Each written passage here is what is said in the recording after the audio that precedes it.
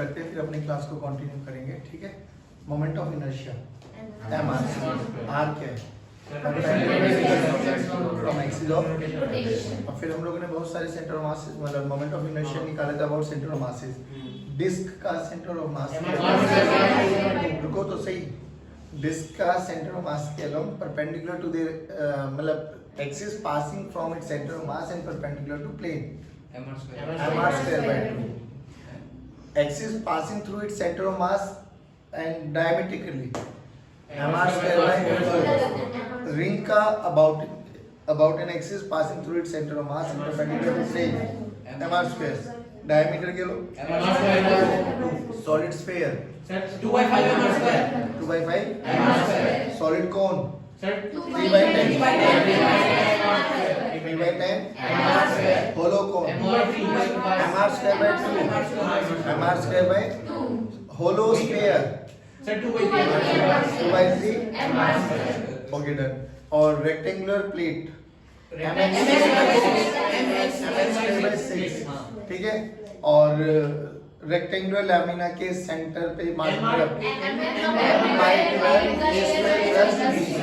Square के centre of mass m square by 6। अब these are some standard results जो आपको पता होने चाहिए। फिर हम लोगों ने करी थी कल दो theorem, that is perpendicular axis theorem and parallel axis theorem. Perpendicular axis theorem याद करते हुए आपको 2 से 3 चीजों का याद रखना था। पॉइंट नंबर 1, प्लेनर बॉडी होनी चाहिए, दोनों एक्सिस एक दूसरे के परपेंडिकुलर होनी चाहिए, जो तीसरी एक्सिस होगी वो इन दोनों के इंटरसेक्शन से पास होनी चाहिए, परपेंडिकुलर टू द प्लेन होनी चाहिए। तो जो तीसरी एक्सिस के अलोंग मोमेंट ऑफ इनर्शिया होगा वो पहली दोनों एक्सिस के अलोंग का सम होगा। डन है इतना। प्लेनर बॉडीज के लिए एप्लीकेबल होते हैं भाई, ये ध्यान रखना। वो दोनों परपेंडिकुलर एक्सिस बॉडी पे लाई करे ऐसा जरूरी नहीं है, सेंटर ऑफ मास पे लाई करे ऐसा भी जरूरी नहीं है, ये सब चीजें। फिर हम लोगों ने बात करी parallel axis theorem. Parallel axis theorem के लिए बताओ ये सभी बॉडीज के लिए एप्लीकेबल है। पॉइंट नंबर 1, दोनों की दोनों axis parallel to each other होनी चाहिए और उन दोनों में से एक एक्सिस सेंटर ऑफ मास से पास होनी चाहिए। अगर ये सभी कंडीशन सेटिस्फाई करती है तो आई किसी भी उसके अलोंग जो दूसरी है सेंटर ऑफ मास वाली के अलावा जो दूसरी एक्सिस ऑफ रोटेशन है, तो मोमेंट ऑफ इनर्शिया क्या बन जाएगा, I is equal to ICOM और इन दोनों के बीच का परपेंडिकुलर डिस्टेंस कौन सा distance, D is what, perpendicular distance, that's it। बात समझ में आई? md square plus ICM होता है। हाँ, md square plus ICOM। अब ICOM तो वो है moment of inertia about an axis passing through its centre of, और that's it। वो क्या है, md square वो है जो दूसरा। अब देखो एक अच्छा सा क्वेश्चन बनाते हैं, बहुत बेसिक सा क्वेश्चन करेंगे और थोड़ा अटेंटिवली बैठना। मतलब ये समझ लेना कि इसमें हम पैरेलल एक्सिस थ्योरम और परपेंडिकुलर एक्सिस थ्योरम लगा सकते हैं अगर हमें जरूरत पड़ी तो। बहुत इजी सा क्वेश्चन है। चलो, हमसे बोला गया एक हमारे पास है ना लैमिना गिवन है, बेटा लैमिना गिवन है, तो बताओ कौन सी थ्योरम लगा सकते हैं, पैरेलल भी लगा सकते हैं और परपेंडिकुलर, क्योंकि लैमिना है, लैमिना का मतलब एक 2 डायमेंशनल पिक्चर है। परपेंडिकुलर लगा तो इजी होगा। देखो नहीं, वो डिपेंडिंग अपॉन की कैसी कंडीशंस बनती है उसके अकॉर्डिंग देखेंगे, विल सी टू इट। और इसके ऊपर ना भाई एक सेमी सर्कुलर आर्क ऐसे लगा दी, ठीक है ये,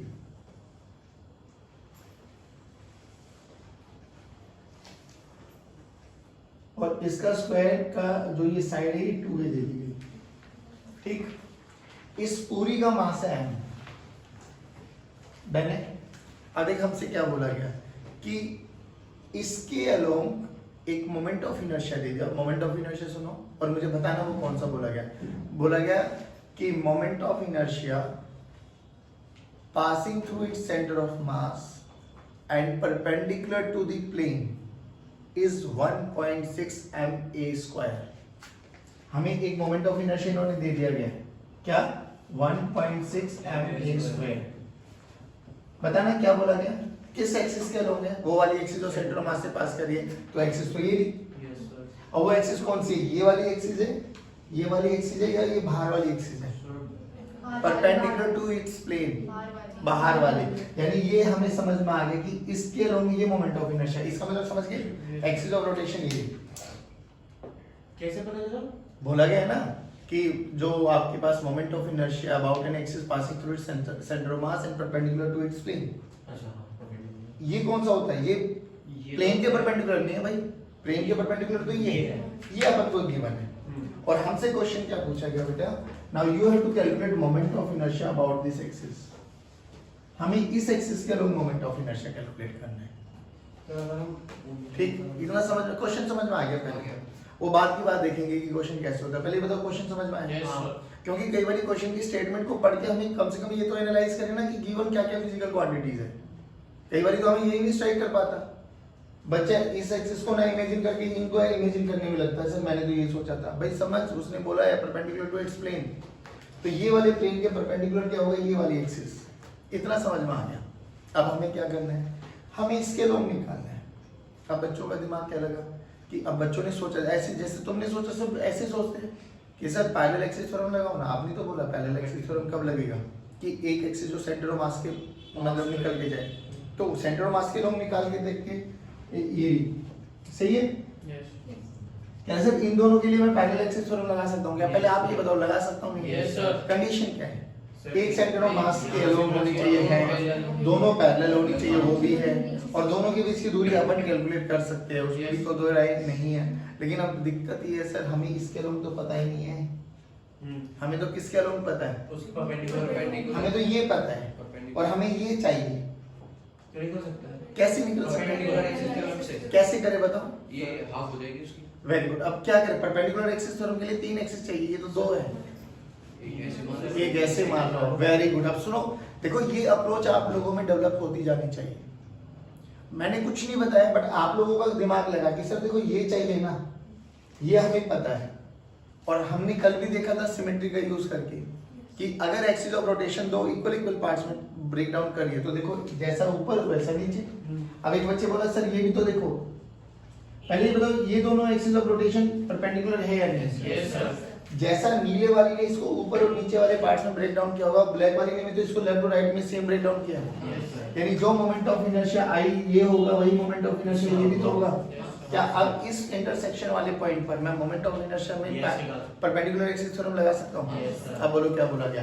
I plus I is equals to m square 2I must be equals to 1.6 ma square। I की वैल्यू बोलो 0.8 ma square। क्या अब मुझे ये पता लग गया नीले वाले का?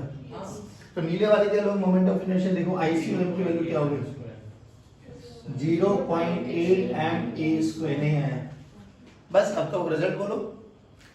I अलोंग, इसको I लिख दिया अपन लोगों ने, I along ICOM plus m into d का स्क्वायर। अब d कैसे निकालें? दोनों के बीच का परपेंडिकुलर डिस्टेंस। कॉमन सेंस लगाइयो। ये क्या बना? सर 2a 2a मतलब ये है क्या चीज इस रिंग के लिए? Square diameter. डायमीटर अगर डायमीटर है तो इसका रेडियस a, तो यहाँ से यहाँ तक की दूरी a, यहाँ से यहाँ तक की दूरी a, तो a और a 2a बस खत्म। तो d की वैल्यू कितनी आ गई? 4a 2a। d की वैल्यू मोमेंट ऑफ इनर्शिया निकालो। I this is equals to 0.8 m square 0.8 m square plus m into 2a का तो I की वैल्यू 4.8 m square नहीं आया भाई। ये आ गया सर। ये अच्छा क्वेश्चन है, बट मैं ये कह रहा हूँ कि अगर हमें अप्रोच समझ में आ गई तो हमारे लिए कोई क्वेश्चन मुश्किल है ही नहीं मोमेंट ऑफ इनर्शिया से रिलेटेड। तुम्हारे लिए जनरली जितने भी क्वेश्चंस आएंगे ना, आप लोगों को बस अपने अपने धीरे धीरे अप्रोच बनाते जाना है। अप्रोच कैसे बनती है? जो भी न्यूमेरिकल्स कर रहे हो ना आप लोग, बिना सॉल्यूशन देखे, ऐसे नहीं कि क्वेश्चन पढ़ा फटाक से सॉल्यूशन निकाल लिया, फिर तो आपसे कोई भी क्वेश्चन नहीं रुकने वाला। क्वेश्चन पढ़ो, जो डेटा गिवन है वो देखो, फिर देखो क्या आप लगा पा रहे हो नहीं लगा पा रहे हो। बहुत सारे क्वेश्चन ऐसे होंगे बहुत फटाफट लगते चले जाएंगे, लेकिन कुछ क्वेश्चन ऐसे होंगे जिसमें आपको बैठ के सोचना पड़ेगा कि अच्छा ऐसे करो क्या, करके देख, जितना दिमाग चल पा रहा है करो, अपने आप ही सही और गलत का पता लगता चला जाएगा। बात समझ में आओ। अब ये ना कुछ हमारे पास जो हम लोगों ने बहुत बेसिक चीजें पढ़ ली, अब कुछ चीजों पे ना हम पीएचडी करते, जैसे रेक्टेंगुलर प्लेट, पूरी प्लेट पे पूरी पीएचडी करा दूं तुझे, कहीं पर भी कैसे भी पूछ। पैरेलल एक्सिस थ्योरम और परपेंडिकुलर एक्सिस थ्योरम की बहुत ब्यूटीफुल एप्लीकेशन आने वाली है। बट एक चीज समझ, रोड की इस एच के अलोंग बता मोमेंट ऑफ इनर्शिया, इसके अलोंग स्क्वायर बाय 3 डन है ना। अब देखो मैं मेरे से क्या बोला गया हमें बोला गया कि भाई मेरे पास है ना एक क्या है, एक रेक्टेंगल प्लेट है। आराम से सुनो बिल्कुल, ये रेक्टेंगल प्लेट है। चलो ये साइड ए है मेरी और ये बी है। तो बताओ लैम्डा सिग्मा या रो? लैम्डा सिग्मा या रो? और थोड़ा कॉन्फिडेंस आ गया ना इनमें कि कब कौन सा यूज होता है। चलो मेरे से बोला गया find axis, this is my AOR, और मुझे इसका मोमेंट ऑफ इनर्शिया निकालना है इसके लिए। अभी भी तरीका भी रिमेन सेम। सबसे पहले सिग्मा डिफाइन करेंगे, तो सिग्मा का फॉर्मूला क्या होता है? मास पर m by a into b। नहीं आया बच्चों। अब लेकिन पूरी बॉडी का तो मैं मोमेंट ऑफ इनर्शिया नहीं निकाल सकता। अभी भी तरीका भी रिमेन सेम। क्या कि एक छोटे से एलिमेंट का निकालो। अब ये बताओ, जो ये रेक्टेंगुलर लैमिना है ये किसके कॉम्बिनेशन से मिलके बना हुआ है? छोटी छोटी छोटी छोटी वायर्स की कॉम्बिनेशन से। नहीं आया तो अपन ने क्या किया, एक्स पे जाके इसके लोग निकालना ना बाबा। तो अपन क्या करें, यहाँ एक्स पे जाके एक dx की एक बहुत पतली सी स्ट्रिप मान ली, जिसका मास कितना है? सभी बच्चे पार्टिसिपेट करें। जिसका मास अभी बताओ, जो ये dm का हर एक छोटा सा पार्टिकल है, पूरी की पूरी रोड, हर एक के बीच का दूरी कितनी है? इसके along moment of inertia dm into x square. भाई जीरो कैसे आ जाएगा? कोई साइड थोड़ी ना कर रही इसके ऊपर। नहीं समझे आप? अब समझ गया आप? तो इसका मोमेंट ऑफ इनर्शिया इसके अलोंग, जल्दी बोलो। di this is equals to dm into x का स्क्वायर। ये कुछ वैसे ही हो गया, rod parallel to axis, direct दोनों के बीच का सेपरेशन। तो डायरेक्ट आंसर आ गया। अच्छा, now how to calculate dm? Sigma into dA। सब भूल गए भाई, सिग्मा इंटू सिग्मा की वैल्यू अपन निकाल चुके हैं, dA की वैल्यू। dA बोलो इस छोटी सी स्ट्रिप का एरिया। बोल कैसे? x पे जाके dx माना है ना, तो विड्थ तो dx हो गई, लंबाई d हो गई, b इंटू dx। नहीं आया तो रखो di की वैल्यू। देखो di क्या है बच्चों? Sigma b into dx into x का स्क्वायर। लिमिट बोलो, लिमिट ध्यान से देखो कहां से कहां माना भाई। ऐसे मान लो ना अपन, जीरो से। तो x की वैल्यू जीरो से लेते हैं, x की वैल्यू नहीं आया तो मोमेंट ऑफ इनर्शिया बोलो I this is equals to sigma बाहर b बाहर x स्क्वायर dx x की पावर 3/3। नहीं आया बाबा, लिमिट जीरो से a। चलो आ जाओ, सिग्मा की वैल्यू को रखो m by a। चलिए बहुत सुंदर। b लिमिट्स बोलो a by 3।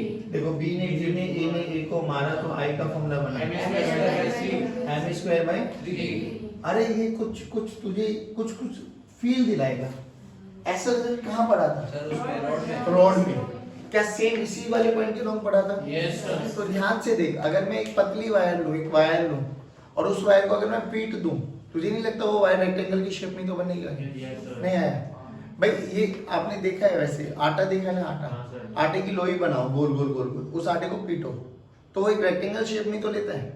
तो यानी एक वायर को अगर मैं उसको वो मोल्ड करूं, मेल्ट मतलब पीटूं उसको, तो तुझे नहीं लगती वो चपटी वायर बन जाएगी? और चपटी वायर वो किसकी शेप ले लेगी?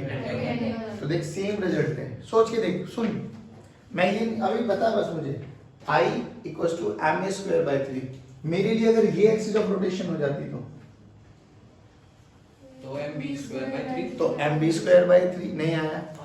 सोच के देखियो आराम से, अगर मेरे लिए इसके एक्सिस एक ऐसी एक्सिस होती जो इसके सेंटर ऑफ मास से पास कर रही होती तो m स्क्वायर बाय, और ऐसे होती तो mb स्क्वायर नहीं आया। पक्का श्योर? मैं कह रहा हूँ देख, अगर तुझे ये चीज समझ में आ गई, तूने अपने लॉजिक से बोली, तो आंसर तेरे लिए कुछ है ही नहीं। देखो हमने बोला ये मेरे पास एक रेक्टेंगुलर लैमिना है, रेक्टेंगुलर मान रहा हूँ, स्क्वायर तो बहुत इजी बन जाएगा, ए और बी दोनों बराबर हो जाएंगे। ये मेरे लिए ए है और ये मेरे लिए बी। चलो जल्दी जल्दी बोलो, इसके अलोंग मोमेंट ऑफ इनर्शिया बताओ। इसके अलोंग मैं यहाँ पे लिख रहा हूँ नीचे m स्क्वायर बाय 3। प्लीज सभी बच्चे पार्टिसिपेट करेंगे। m स्क्वायर बाय 3 इसके अलोंग बोलो बाबा mb स्क्वायर बाय 3। पक्का? इसके अलोंग बोलो m स्क्वायर बाय 12। इसके लोग बोलो sure sure mb square by 12। यहाँ तक मैंने कोई हेल्प करी आपकी?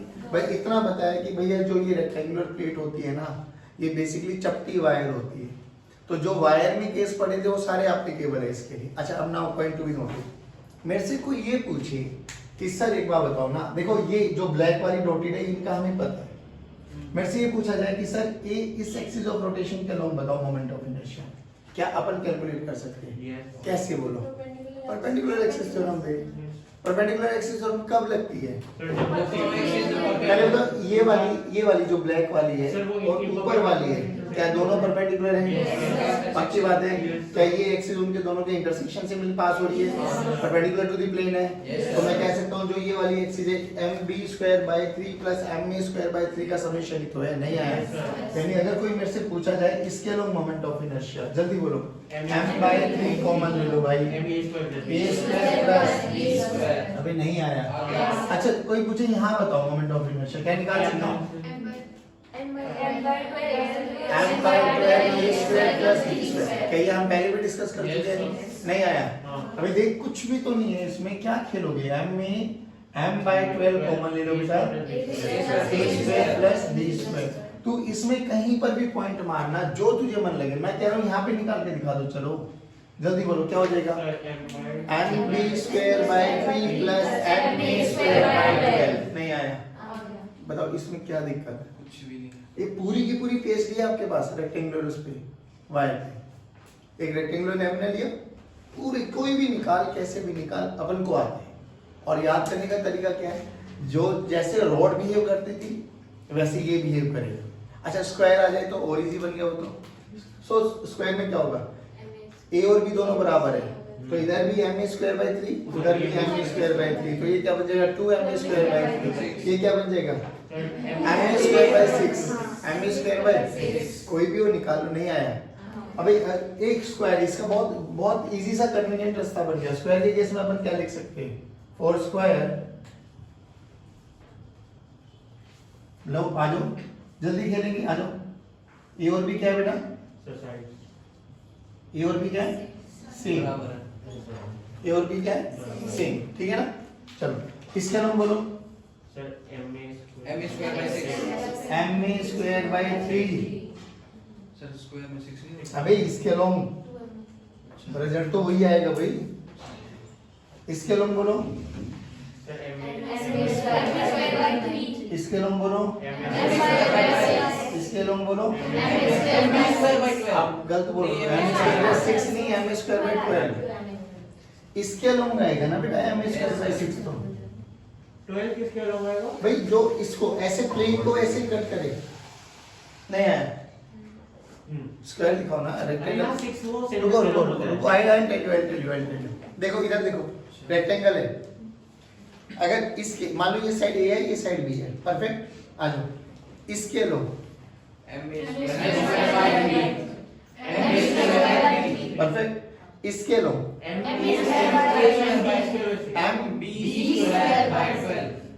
इसके लो इसके लो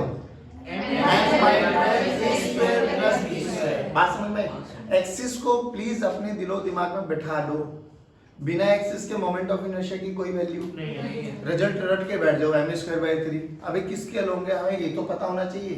m square plus b square by 12। अब यही नहीं पता किसके लोग हैं, न्यूमेरिकल में हिल जाओगे।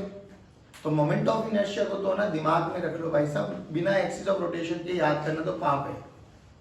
अगर इतनी मेहनत कर रहे हो तो साथ के साथ डायग्राम भी बना के देखा करो कि भाई ये डायग्राम में प्रूफ आया था, ये ऐसे आया था, ये ऐसे आएगा, तब याद होगा। अच्छा अगर यही आपके पास एक स्क्वायर बन जाए तो ये साइड और ये साइड बराबर है, ये साइड और ये साइड, ए को ए रखो, बी को ए रख दो, रिजल्ट अपने आप बनते चले जाएंगे। अब देखो ध्यान से क्या हुआ कि ये m स्क्वायर बाय 3 तो ये भी m स्क्वायर बाय 3, ये m स्क्वायर बाय 12 तो ये भी m स्क्वायर।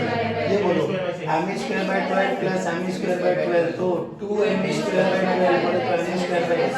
अब बताइए, नहीं बता सकते हम? बता सकते हैं। कैसे भी खेलो आपका आंसर आना चाहिए, पक्की बात है। Make a note. हमने बोला एक ट्रायंगुलर प्लेट है मेरी, क्या है बेटा? Triangular plate. चलो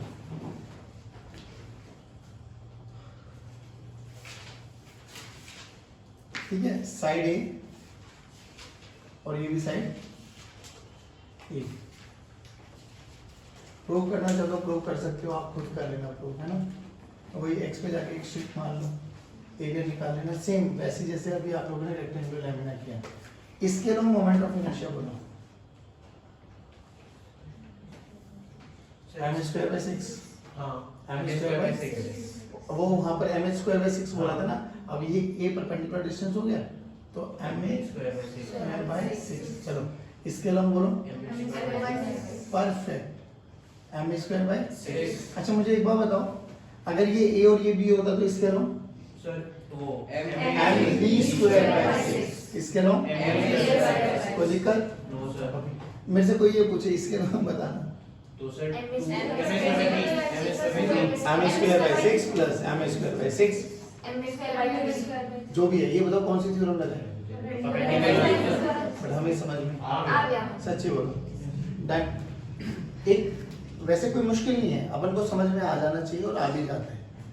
अभी कई बार ये ना क्या बोलते हैं, कह रहे इसके लोग बताओ। अच्छा जैसे अभी अभी एक बार बताओ, एक स्क्वायर है बाबा, हाँ बेटे आवाज नहीं करो, एक स्क्वायर है,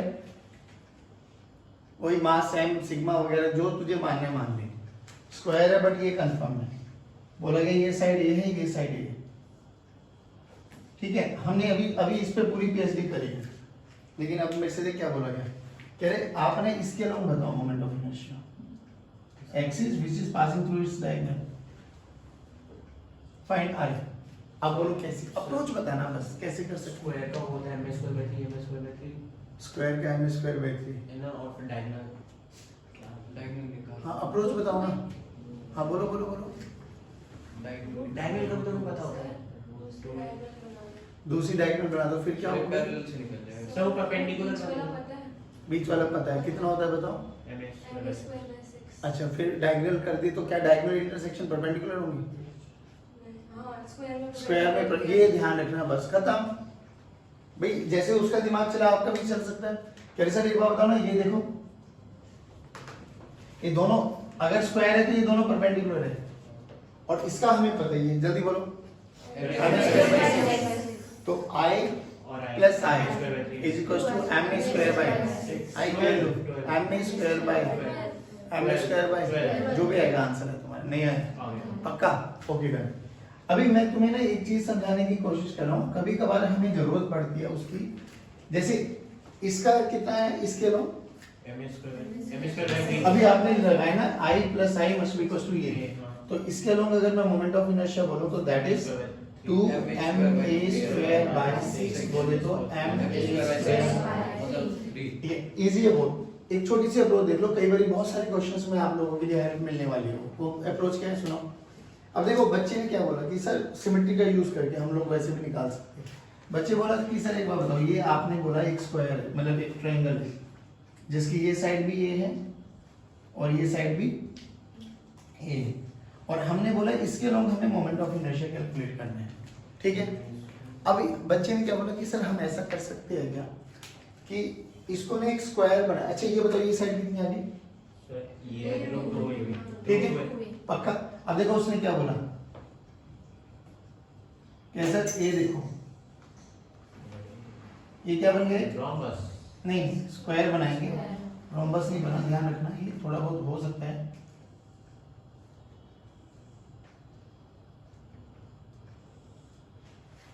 ये भी √2 है, ये भी √2 है और ये भी √2 है, क्या बन गई? हमें किसके अलावा उसी के नाम निकालना है, हमें सिमेट्री यूज करनी है ना।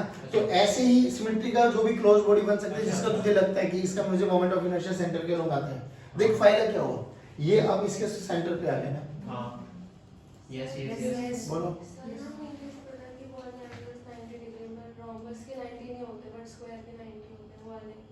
अरे मैंने तो इसको एक स्क्वायर बनाया है ना। हमने माना है स्क्वायर। हाँ मैंने बनाया एक स्क्वायर है जिसकी रूट साइड √2 ए साइड है, जब ही तो सिमेट्री बनेगी, है ना। सिमेट्री बनानी है आपको, सिमेट्री एकदम ये उठाए ये उठाए ये उठाए ये उठाए, सिमेट्री बना दी अपन लोगों ने। √2 है √2 है √2 है √2 है। अब देख क्या हुआ, अब बच्चों ने बोला कि सर इसका मास m माना था, मतलब m था, हमने ये और ऐड ऑन किए तो इसका मास भी m, इसका भी m और इसका भी, यानी जब इस स्क्वायर का मास कितना हो गया? तो इसके लोग मोमेंट ऑफ इनर्शिया पता है, अभी भी निकाला था m स्क्वायर बाई, लेकिन वो m मास था, अब इसका मास टोटल कितना हो गया? 4m। देखो बच्चों ने क्या बोला, सर एक बार बताओ ना, ये एक स्क्वायर बन गया जिसका मास कितना है? 4m a square. अब a क्या है? साइड √2a, तो 4m into √2a square by 6। ये कंप्लीट का है, लेकिन हमें तो 1/4 का चाहिए, 1/4 का चाहिए, तो इंटू 1/4। देखो अभी भी आंसर वही आया। बस तामझाम इसलिए सिखाया गया है कि आपको ना कभी कभार जरूरत पड़ेगी कि हमें ऐसे कर सकते हैं, सिमेट्री से आधा जैसा है वैसा का वैसा ऐड ऑन करके अगर कोई कंप्लीट शेप बन सकती है जिसके लोग आपको पता है तो आपके लिए बहुत कन्वीनियंट हो जाने वाला है। इसमें साइड्स के अलावा पता था। हाँ, वो हमसे ये पूछा गया ना कि इसके लोग बताओ। एक तो तरीका यही है अपना डायरेक्ट अप्रोच जो हम लोगों ने पहले स्टेप में लगा दी। एक अप्रोच ये भी है कि अगर मुझे लगता है कि ऐसी बहुत सारी कलेक्शंस करके मैं एक कंप्लीट चीज बना सकता हूँ, इट में बी रिंग, में बी डिस्क, में बी एक स्क्वायर, में बी एक रेक्टेंगल, तो अपन को कर लेना चाहिए। उसके अलग मोमेंट ऑफ इनर्शिया निकाल लो, आधा है तो 1/2 कर देना, मतलब 1/3 करना है तो 1/3 कर देना, 1/4 है तो 1/4 कर देना, बट चीज होनी चाहिए इसमें, बिना सिमेट्री के इशू आ जाएगा। बोलो इतना समझ में आए? पक्की बात, ये चीज समझ में आए? Parallel axis theorem, perpendicular axis theorem में थोड़ा कॉन्फिडेंस आया? Perfect, done.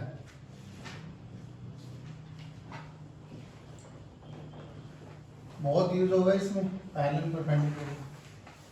देखो बोला गया एक डिस्क है मेरे पास,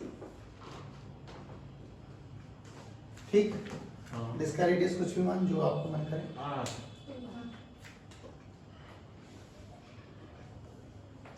R2 मान लेते हैं, ठीक। इसमें से R1 रेडियस की एक डिस्क को रिमूव कर दिया, तरीका समझ में आया? एक कंप्लीट डिस्क थी, उसमें से एक पोर्शन को रिमूव कर दिया। अब रिमूव कर दिया तो खाली ये वाली शेप बची है हमारे पास। Yes sir. इस शेप का नाम होता है एनुलर। ये एक डिस्क बोलेगी एनुलर डिस्क, एनुलर डिस्क। बोला गया बताइए इसका मोमेंट ऑफ इनर्शिया स्केल हो। सर वो पोर्शन ही नहीं। हाँ है ही। तो इस डिस्क का मोमेंट ऑफ इनर्शिया बताना है ना भाई, जो रिमेनिंग डिस्क है ये वाली। एक तो तरीका क्या बच्चे, एक तो वही इंटीग्रेशन है, अपन क्या करें जल्दी बोलो। आर पे जाके डिस्क है तो रिंग ले लो, आर पे जाके डीआर की छोटी सी रिंग ले लो। सर ऐसे भी तो कर सकते हैं, जो पार्ट रिमूव है उसको मान लेते हैं। अरे वेरी गुड, बिल्कुल उसी पे आएंगे बेटे, एक बार ये समझ ले बस। एक तो तरीका यही है आपके पास कि आर पे जाके डीआर की क्या ले लिए, रिंग। अब बोलो रिंग के ये वाली एक्सिस ऑफ रोटेशन सेंटर से पास जा रही है, तो रिंग का moment of inertia dm into r square. तो moment of inertia of disc कितना है, रिंग कितना है बच्चों, dm, जो इस रिंग का, छोटी सी रिंग का मास है, ठीक, dm into r का स्क्वायर। dm को बोलो सिग्मा into da बोलो रिंग का, इस रिंग को अगर मैं काटूंगा तो लेंथ बन जाएगी 2πr और इसकी मोटाई कितनी है 3r, तो 2πr into dr। सिग्मा की वैल्यू बताओ जल्दी एक बार, मास पर यूनिट एरिया, मास पर यूनिट एरिया, लेकिन एरिया किसका लेके चलेंगे, ये का। तो ये एरिया कैसे निकाले, बड़ी वाली डिस्क के एरिया में से ये वाली डिस्क के माइनस कर लो, तो जल्दी बोलो एरिया क्या हो जाएगा, पाई r2 का स्क्वायर माइनस पाई r1। तो सिग्मा की वैल्यू बोलो क्या बन गई, m by pi common r2 का स्क्वायर माइनस r1 का स्क्वायर। ये समझ में आया? अभी जब ये सब डेटा तुम्हें पता लग गया, लिमिट्स कहां से का, r1 से लेके r2 रखो, you will find the answer. अब ये है पूरा ट्रेडिशनल तरीका कि हम लोगों ने पूरा का पूरा मोमेंट ऑफ इनर्शिया निकाला है, और ये तो स्टैंडर्ड है, तो हम हर एक के लिए एप्लीकेबल कर सकते हैं। लेकिन अभी क्या है कि जो ये कैविटी प्रॉब्लम्स है ना, जैसे हम वहाँ पे सेंटर ऑफ मास में पढ़ा था कि हालांकि नेगेटिव मास करके कोई भी नामक चीज ऐसी होती नहीं है, बट अपन मान लेते हैं कि भाई जो ये डिस्क निकाली गई है रिमूव्ड पोर्शन, उसकी डेंसिटी को, अब ये क्या मतलब है, इसका मतलब खाली जगह है ना, खाली जगह का मतलब 0, तो हमने इसी वाले पोर्शन को एक बार प्लस सिग्मा मान लिया, एक बार माइनस, तो प्लस सिग्मा माइनस सिग्मा 0 अभी भी सेम है। तो अपन ने बोला कि मैं इसको ऐसे लिख सकता हूँ, देखो ये कंप्लीट रिंग बनी बच्चों, ये सेंटर, ये रेडियस R2 प्लस एक और डिस्क बनी, दोनों का सेंटर ऑफ मतलब जो एक्सिस है सेंटर ऑफ मास से पास होके जा रही है, तो वही कोइंसाइड कर रही है, तो ये वाली, और इसका रेडियस R1। इसकी सिग्मा देखो, अब सुनो, इसकी डेंसिटी मानी थी प्लस सिग्मा और माइनस सिग्मा। जब हमने प्लस सिग्मा वाली को उठा के इसमें इंसर्ट कर देंगे तो एक कंप्लीट डिस्क बन जाएगी जिसकी डेंसिटी प्लस सिग्मा रहेगी और इसकी डेंसिटी माइनस सिग्मा। क्या यही इक्वल टू है? जल्दी बोलो भाई, इसके डन, कुछ भी मत करो। इसका इंडिविजुअल मोमेंट ऑफ इनर्शिया निकाल लो, इसका इंडिविजुअल मोमेंट ऑफ इनर्शिया निकाल लो। Moment of inertia is a scalar quantity, दोनों को ऐड कर दो जो भी आएगा वही सेम जो पिछले में है। Exactly same. देखो जल्दी बोलो, इसका मोमेंट डिस्क है, इसको 1 बोल दो और इसको 2 बोल दो। जल्दी बोलो 1 का मोमेंट ऑफ इनर्शिया, सभी बच्चे m r स्क्वायर बाय 2। अच्छा इसका मास m1 मान लो अभी के लिए, और इसका मास m2। चलो तो m1 r2 का स्क्वायर बाय 2 और i2 बोलो m2 r1 का स्क्वायर बाय 2। अभी done. Now how to write m1 and m2? रुको तो सही, how to write m1 and m2? m1 is nothing but sigma into area, sigma into area. इसका कितना हो गया? पाई r2 का स्क्वायर, पाई r2 का स्क्वायर। पक्का? Yes sir. चलो इसका m2 बोलो सर सिग्मा, अभी यहाँ पे सिग्मा प्लस है माइनस है, माइनस, तो माइनस सिग्मा इनटू पाई r1 का स्क्वायर, और सिग्मा की वैल्यू बची ये, सिग्मा की वैल्यू ये रखो, आंसर आ जाएगा। नहीं है सिग्मा की वैल्यू ये ना, m by pi r2 minus r1 होता है। डन है? श्योर? पक्का? एक क्वेश्चन दे रहा हूँ, उसको घर जाके ट्राई करना, ठीक? इसको भी करना घर जाके R1 से R2 की लिमिट में। अब सुनो, एक हमारे पास है ना डिस्क है, this is your homework question बच्चों। डिस्क मास 9m है, इसका मास है 9m। अब क्या बोला गया, यहां से एक r/3 की डिस्क रिमूव कर दी गई है, r/3 का एक डिस्क पोर्शन रिमूव कर दिया गया है, ठीक है? फाइंड सेंटर ऑफ मतलब moment of inertia about this axis, find moment of inertia of the remaining portion about this axis. This is your homework question. Done है भाई? चलिए आज की कक्षा को यहीं समाप्त करते हैं। जय हिंद, जय भारत।